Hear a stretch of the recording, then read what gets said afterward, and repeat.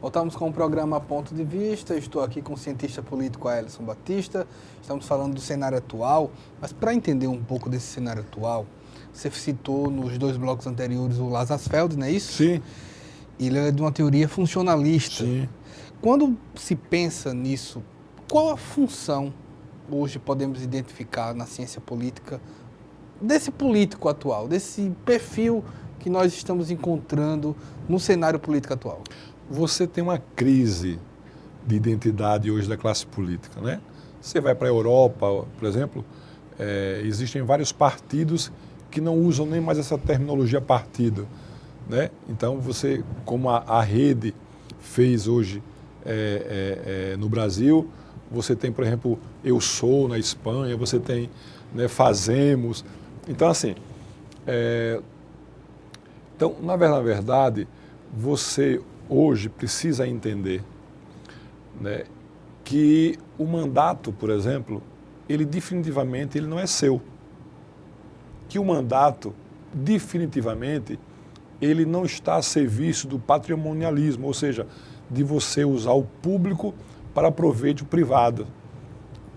A sociedade, ela exige hoje, principalmente dos deputados federais, dos senadores, governadores, para esses existe uma maior fiscalização das suas ações, da sua biografia, do seu cotidiano quanto pessoa, a sua relação com a família, a sua relação com os amigos, se a sua empresa, se você é empresário, se ela respeita o meio ambiente, se ela respeita as leis trabalhistas, tudo isso hoje a sociedade leva em conta, ou começa a levar em conta, quando vai às urnas, quando vai escolher os seus representantes. Existe uma pesquisa que é muito comum que diz o seguinte: você lembra em quem você votou na última eleição para deputado? A um grau altíssimo de não, eu não lembro. Não, eu não lembro. Eu faço aqui um desafio. Isso está começando a mudar, porque as pessoas estão atentas a isso, né? Porque elas entendem hoje, por exemplo, eita, foi o Congresso Nacional que votou a terceirização. Foi o Congresso Nacional, ou é o Congresso Nacional, ou será o Congresso Nacional, que votará as mudanças para a Previdência Social. Então, aquilo que já dizia Bertold Brecht, né? Ou seja, o analfabeto político, se você se comporta como quem é avesso à política, fique tranquilo, né? O preço do feijão, o preço da passagem de ônibus, o teu salário, tudo isso será definido por eles. A sua vida será alterada por eles.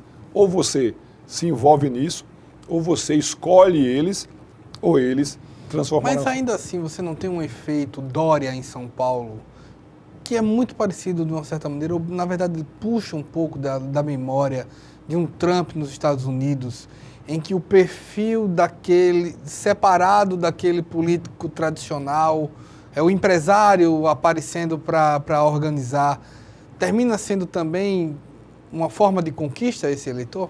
Não, são dois perfis absolutamente diferentes, são circunstâncias diferentes. No sentido do não político? Não.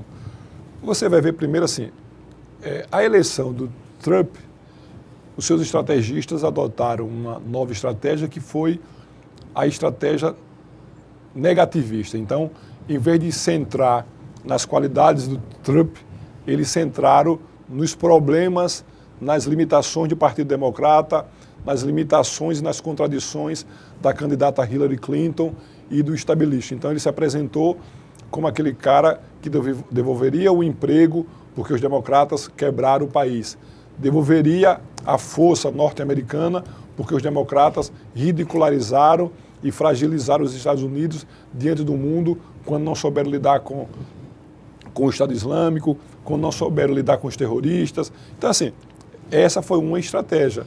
Claro que não era um ser político, tanto que quando ele começa, inclusive eu, por exemplo, disse, não, esse não tem chances nas prévias republicanas. Aí ele foi, hoje é o presidente norte-americano.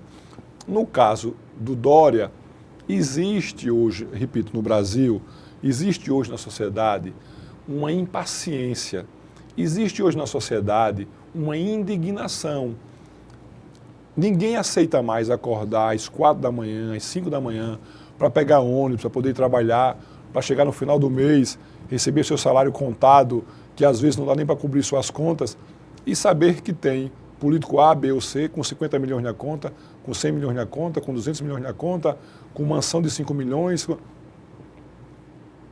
Então, o Dória, quando se apresenta bem, eu sou rico, não preciso roubar. Mas não é necessariamente novo isso. Eu sou rico, não preciso roubar, não é necessariamente novo. Eu não conheço ninguém na história política brasileira que tenha conseguido se posicionar de forma tão eficiente quanto ele isso. Eu vou dar um exemplo. O atual ministro da Agricultura, Blairo Maggi, é um homem riquíssimo. Mas a sociedade em que ele está inserido como parlamentar é uma sociedade ruralista. O elege por outras razões, o elege por outros motivos. Em São Paulo, na capital paulistana, você nunca teve um político com esse perfil do Dória. Olhe para trás, não teve. Então você tem Pita, você tem Maluf, você tem Erundina, você tem Fernando Haddad, você tem Serra.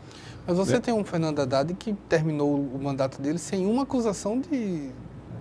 Mas ineficiente, tido como alguém absurdamente lento e ineficiente. E pagou um preço pela rejeição altíssima dos paulistanos ao PT. Tanto que a Aécio Neves teve mais de 7 milhões de votos no estado de São Paulo contra Dilma Rousseff. Certo? Então, você tem um antipetismo muito forte em São Paulo. Então, mesmo nas áreas, que é na área periférica, onde o PT ainda tem uma certa força, você teve os partidos, digamos, de centro-esquerda divididos. Então, você teve uma candidatura da Erundina, você teve uma candidatura da Marta, ex-petista, você teve a candidatura de um petista, que é o Fernando Haddad. Isso se repete também no Rio com o Freixo, né? De uma certa maneira, você tem uma candidatura de um PSOL, não é um PT, mas é um PSOL, que você não acredita, mas vai a um segundo turno. É bom lembrar que o Carioca já tem esse perfil, né?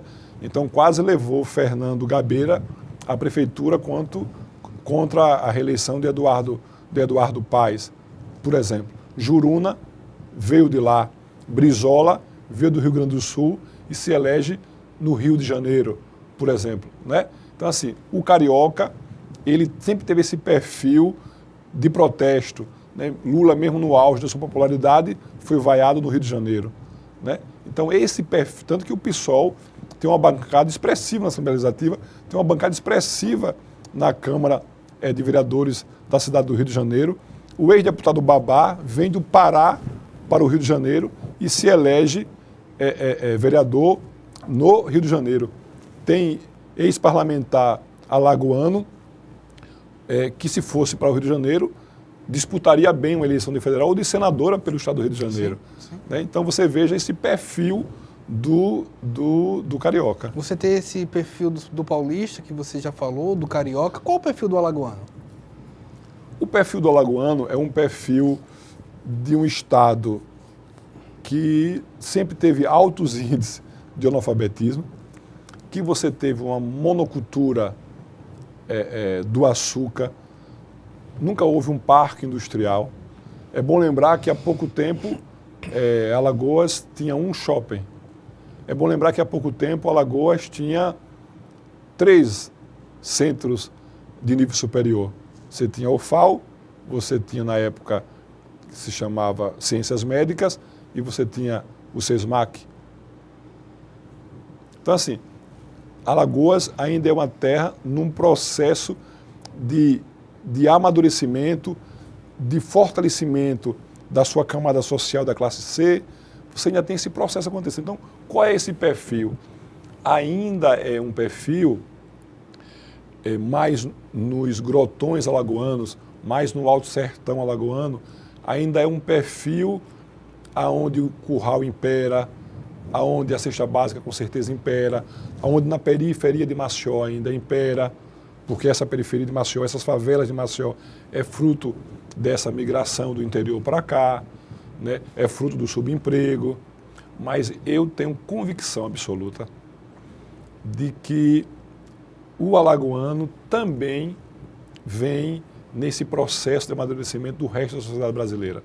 Eu acho que nós teremos uma eleição absolutamente diferente em 2018. Eu acho que nós teremos talvez um outsider, como foi o Dória em São Paulo, não necessariamente para o governo do Estado, mas ocupando espaço. Você vai ver que nas últimas eleições você sempre elege um federal jovem e com um discurso de transparência, e também você sempre elege um estadual jovem com esse mesmo discurso. Então você elegeu lá atrás Rui Palmeira e JHC, federal e estadual, depois você elege JHC e elege Rodrigo Cunha, um federal. Então você vê sinais muito claros. Quer queira, quer não, você tem um governador jovem, um governador de uma nova geração, um prefeito da capital de uma nova geração, você tem um prefeito de Arapiraca, que é um homem que você não tem o que dizer quanto à sua conduta política, o seu patrimônio, a sua vida.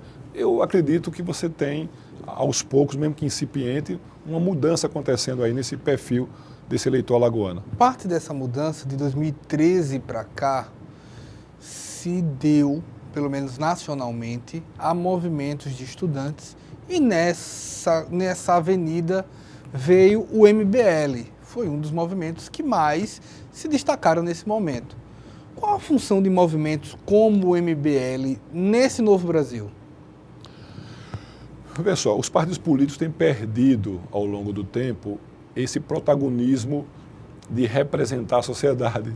Nesse vácuo, você tem justamente esses movimentos que passam a ter esse papel de impor uma agenda para o Congresso Nacional, impor uma agenda de postura para os executivos estaduais e o executivo federal. Então, esses movimentos têm tido esse papel. Agora você vai ver que vários dirigentes desses movimentos já se preparam para disputar mandato, por exemplo. Né? Você tem lá atrás Lindenberg Farias, hoje senador pelo estado do Rio de Janeiro, que foi do PCdoB, do PSOL e hoje está no PT, foi fruto do movimento Caras Pintadas no impeachment do então presidente Collor. Então sempre nasce desses movimentos novas lideranças. É o tal estímulo? É o estímulo. É as circunstâncias históricas que provocam isso. Você só tem um líder, você só tem o nascimento de uma nova liderança fruto da necessidade e das circunstâncias impostas pela história. Isso daí, o sindicato perdeu um pouco dessa força, porque o sindicato foi um estímulo em tempos atrás. Você tem um novo perfil do trabalho, do emprego, né? Você tem um avanço da automação, você tem um avanço da substituição da mão de obra pela máquina, pela tecnologia. Então, exemplo, você sempre teve um sindicato fortíssimo, que foi o sindicato dos bancários no Brasil todo. Cada vez mais as agências provocam automação, né? Bancos que fecham e concentram-se em poucos bancos. Então você tem uma mudança. E com isso também, evidentemente, existe um enfraquecimento do movimento sindical no Brasil. Você tinha há pouco tempo atrás 2 centrais sindicais, 3 centrais sindicais. Hoje você, salvo engano, tem 7 ou 8, me permita aqui errar nesse número, mas você tem algumas centrais sindicais. Então você tem a CTB, você tem a Força Sindical, você tem a CUT, você tem a antiga CGT, você tem a UBS, então você tem outras centrais. Então existe um esfacelamento também dessas lideranças, e um novo perfil. Acredito meu que o sindicato ele perdeu muito de sua força dentro desse novo modelo de emprego e de trabalho no Brasil. Nós vamos para o nosso último intervalo aqui no Ponto de Vista, que está entrevistando o cientista político Aelson Batista. Nós voltamos já.